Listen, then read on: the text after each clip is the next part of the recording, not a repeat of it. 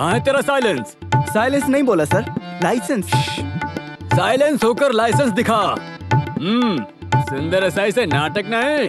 Sir मेरे पास licence नहीं है। अच्छा, लाइसेंस लाना भूल गया तो फिर पेपर निकालो। कौन सा पेपर सर? पेपर कौन सा है नहीं पता, फिर भी गाड़ी चला रहे हो। मेरी बात सुनो, जरा बताओ इसे।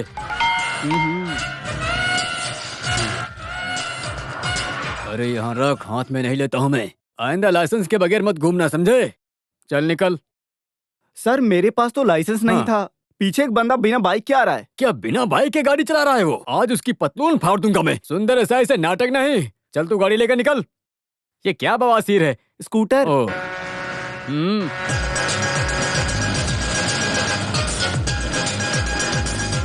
सुन, क्या हुआ सर? नाम क्या है? सुंदर। तेरा नाम पूछा, मेरा नाम क्यों बताता तू?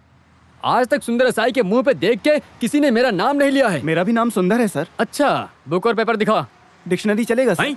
मार कर तेरा चेहरा एनसाइक्लोपीडिया बना दूंगा मैं। लाइसेंस दिखा, लाइसेंस। सर बिना बाइक के चलने वाले मुझे लाइसेंस की क्या जरूरत? बाइक भी नहीं है क्या? सुबह सुबह गरीबों की फौज मिली है, अब मुझे गुस्सा आ रही है। तू चल, निकल निकल निकल यहाँ से। हाँ बंटी, उसे आने दे, आने दे। चल के जाने वालों के लिए क्या लाइसेंस साहब? ये सब क्या है? बढ़िया, संतरा, सेब, अंगूर। तुम्हारे बात करने से लग रहा है कि तुम बिहार के हो। हाँ साहब, हाँ। अच्छा तो लाइसेंस दिखाओ। ये देखो साहब। वो तेरी जिंदगी का लाइसेंस है। ये गाड़ी धक्का मार के जा रही है ना, इसका लाइसेंस। ये खट्टा है ना, शक्कर मुंह में डाला है वैसा ही लगेगा। कहाँ से तोड़ा है? चख के देख लो। आने दे, आने दे, आने दे। रोक रोक रोक रोक, साइड लगा, साइड लगा। गाँव से लाई। साइड में, साइड में। पपीता ले लो। रुक रुक, इधर आओ।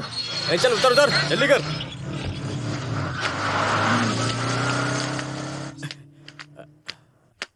लाइसेंस है कि नहीं है?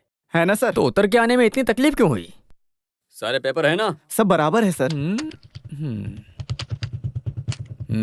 सारे कागज हैं इसके अंदर? हाँ सर, सभी कागज। एक पेज की कमी है। कौन सा पेज? सबसे इम्पोर्टेंट पेज है, उसके लिए चालान काटता हूँ। सर सर चलो इसमें से तुमको निकालते हैं। गाड़ी ओवर स्पीड और ओवरलोड भी तो है। गाड़ी नॉर्मल स्पीड से आई सर। ठीक है। गाड़ी के अंदर लोड भी नहीं, खाली है सर। लोड नहीं है, खाली है। ट्रक होता किस लिए है? लोड भरने के लिए। तूने भरा ना, उसके लिए अलग से चालान काटूंगा। सर सर तो हमाली वाले निकालते हैं, तू थोड़ी ना। उसके लिए अलग से चालान काटूंगा, तब तेरा दिमाग ठिकाने आएगा। अरे सर, अगले चौक पर भी कुछ पैसे फेंकने पड़ेंगे, समझे? हाँ तो फिर लिखता हूँ। सर सर देता हूँ सर। मैं हाथ में नहीं लेता। अब जाओ ना। नहीं, रुक जाओ यहीं पे। पेपर दे दो सर। हाँ चल चल। Okay sir. सर क्या ये न्याय है? ये कौन सा डरावना बाबा है? तू कौन होता है मुझे न्याय अन्याय सिखाने वाला? चलो यहाँ आओ। अरे माँ। सर सर माफ कर दो सर, मुझसे गलती हो गई, अनजाने में हुई सर। अनजाने में कैसे हुआ? एक पुलिस वाले को तू ज्ञान देता है। चल जीप में बैठ। सर मैं एक डरपोक हूँ। डराने के लिए हमारे पास दूसरी जगह है, वहाँ जाकर तू अपने आप ही डर जाएगा। चल जीप में बैठ। सुनो। हाँ सर। जीप में डालो। तेरा गांव कहाँ है? बोला। अरे कैसा इंसान है?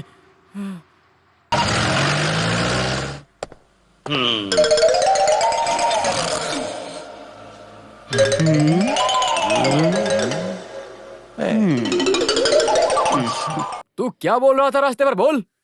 मुझे सिर्फ डरा के भेज दो, छोड़ता हूँ। दुनिया की सबसे बड़ी डरावनी जगह है ये, समझे? मैं दिखाता हूँ तुझे कैसे डरा जाता है। तू हाथी से डरता है क्या? अच्छा, शेर से डरता है? तो दुश्मन से जरूर डरता होगा। मेरा कोई दुश्मन नहीं है सर। क्यों तुम्हारा दुश्मन नहीं है? जो थे उनको मार डाला। जो किसी से नहीं डरता उसको हम कैसे डराएंगे सर? डरेगा लिखने वाले जरूर डरेगा। तेरा नाम क्या है? सामी। कौन सा सामी?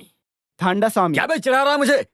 पुलिस स्टेशन में प्यार से पेश आने का ये आईजी का ऑर्डर है, नहीं तो अभी तेरा ठंडा पानी बना देता मैं यहीं पे। बोल सच क्या है? सर ऐसे पूछेंगे तो ये कभी सच नहीं बोलेगा। बहुत शातिर चोर है सर ये। सर अपना वो हथियार निकालिए, तब देखता हूँ कैसे नहीं बोलता ये। तू कौन है बे? तमिल पिक्चर का कमल हसन है क्या? ये क्या ब्रिज बांध के रखा है तूने? अबे ये चिपका हुआ था क्या? पक्का ये बहुत बड़ा चिपकू है, लोगों को बेवकूफ बनाता है। अबे लिखा पढ़ी वाले, क्या करना है इसका? जो केसेस सॉल्व नहीं सर वो सब इसके ऊपर डाल देते हैं हम। Very correct. आईपीसी 450 के तहत बिहार के एक वकील के यहाँ चोरी और रेप लिखना शुरू कर। 450 वहाँ मुंबई के अली अहमद के घर घुसकर चोरी करते समय शूटिंग करना, और मुंबई सीएसटी रूट में चलने वाले बस में यात्रा कर रहे गांधारी नामक युवती के साथ छेड़छाड़ करने का केस आईपीसी एक गोल बना करके इसके नाम पर डाल दो। और बाकी बताता हूँ, हाफ मर्डर, धोखेबाजी, ड्रग सप्लाई, स्मगलिंग, बलात्कार, किडनैपिंग, सब कुछ मिला के सारे केस इसके ऊपर डाल दो। अब 50 से 60 साल तक अंदर जाने के लिए तैयार हो जा बेटा। अगर तुम्हें और केस चाहिए तो बोलो। ये साई सुंदर के लिए बड़ी बात नहीं है। तेरा असली नाम क्या है बे? तू नहीं बोलेगा? हाँ, मैं देखता हूँ। अगर इस बैग के अंदर से कोई भी टेररिस्ट क्लू मिला ना तो तेरा एपिसोड खत्म समझो। हाँ, ये आईडी कैसी है? रख उधर, गले में डाल के देखता हूँ। इसके पास आईडी भी है। वर्गीस एंथोनी आईपीएस।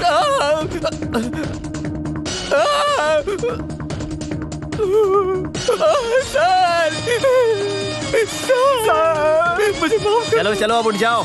कौन सा पुलिस है बे तू? तेरे जैसे पुलिस वाले इस पुलिस डिपार्टमेंट का नाम बर्बाद करके रखे हैं। कैसा पुलिस वाला है तू? आगे से अच्छा पुलिस वाला बन जाऊंगा सर। उससे पहले मुझे कुछ बताना है तुझे। बताइए सर। अगर पुलिस की असली अहमियत जानना है ना तो इंडिया के बाहर जाके देखो। बाहर एक मर्डर किए हुए क्रिमिनल को गल्फ की पुलिस जब तक फांसी पे न चढ़ा दे तब तक चैन से नहीं बैठती है। हमारे यहाँ एक छोटे से ब्रेड चोरी को क्या बुलाते हो तुम लोग? ये क्या मजाक बना के रखा है? समझते क्या हो तुम लोग अपने आप को? बैठे बिठाए तनख्वाह खाओ। पुलिस वाले जनता के सेवक होते हैं। हर पुलिस वाले को जी जान से काम करना चाहिए, समझ गए? सर, क्यों ये तुम्हारी उंगली ऐसी क्यों है? वो कोई तो मंत्री के लिए स्कॉट गया था तो पिस्तौल जेब में ही फट गया। उसके बाद से उंगली सीधी नहीं होती है सर। हाँ, बहुत अच्छा हुआ। आगे से इस उंगली से सल्यूट करने की कोई जरूरत नहीं है। हेलो सर, मैं पहुंचता हूँ सर। Okay sir. सर, हम लोग क्या करें सर? वो उंगली अपनी तरफ करो।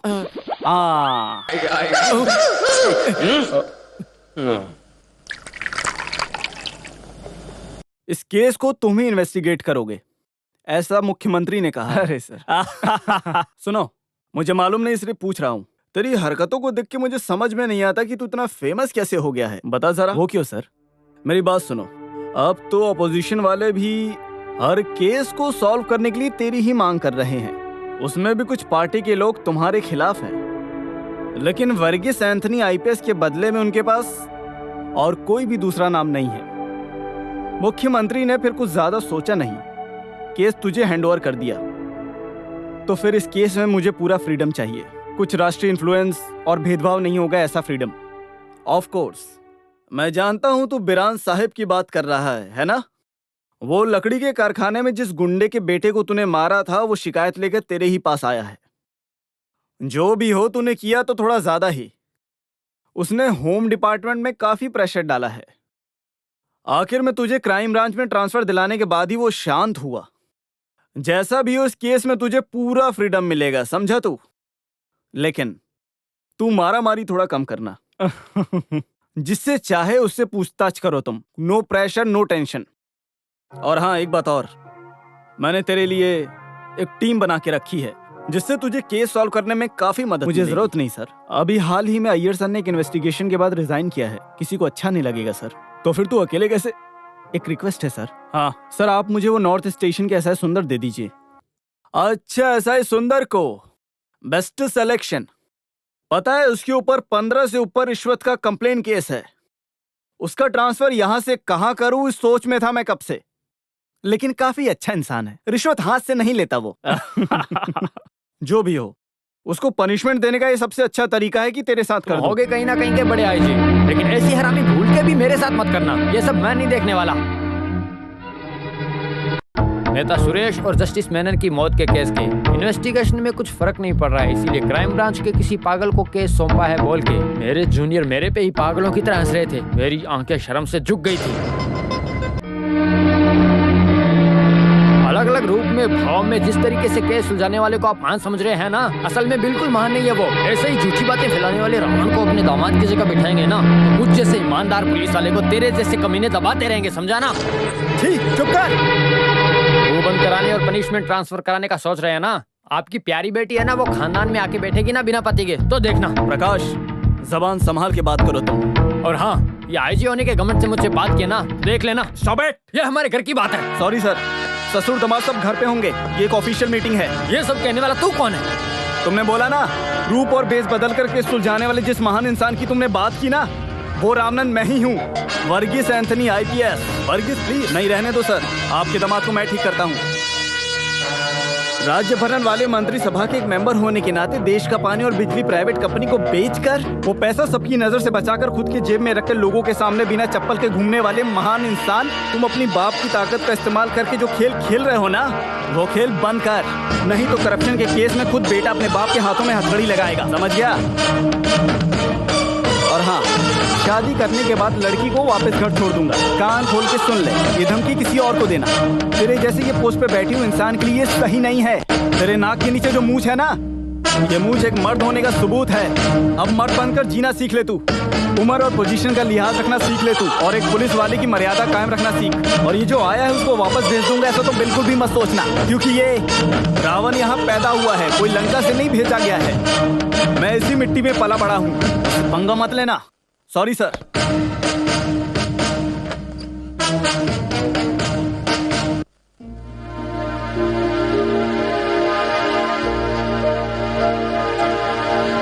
सर, केस की पूरी डिटेल्स इस फाइल में है। Mister Shri Kumar, case investigation में मिस्टर प्रकाश मेनन के असिस्टेंट थे ना आप? Yes sir. जो लड़के भागे हुए थे उनके बारे में कॉलेज में क्या पता चला? सच कहूँ तो अच्छे क्लीन इमेज वाला ये ग्रुप था। उनके बारे में कोई भी कुछ भी गलत नहीं बोलता था। कॉलेज, गांव, घर में, यहाँ तक कि जेल में भी उनके बारे में अच्छा ही सुनने को मिला।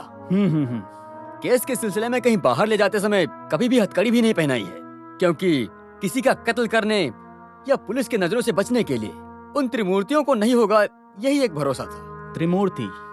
आखिर उनको ये नाम त्रिमूर्ति मिला कैसे? कॉलेज के दोस्तों ने ही उनको प्यार से बुलाया था। उन तीनों को कभी किसी ने अकेले अकेले घूमते हुए नहीं देखा। उतना अच्छा रिश्ता था उनके बीच। एक बार खुद ही कंपोज करके गाना गाने से वो कॉलेज के चहेते बन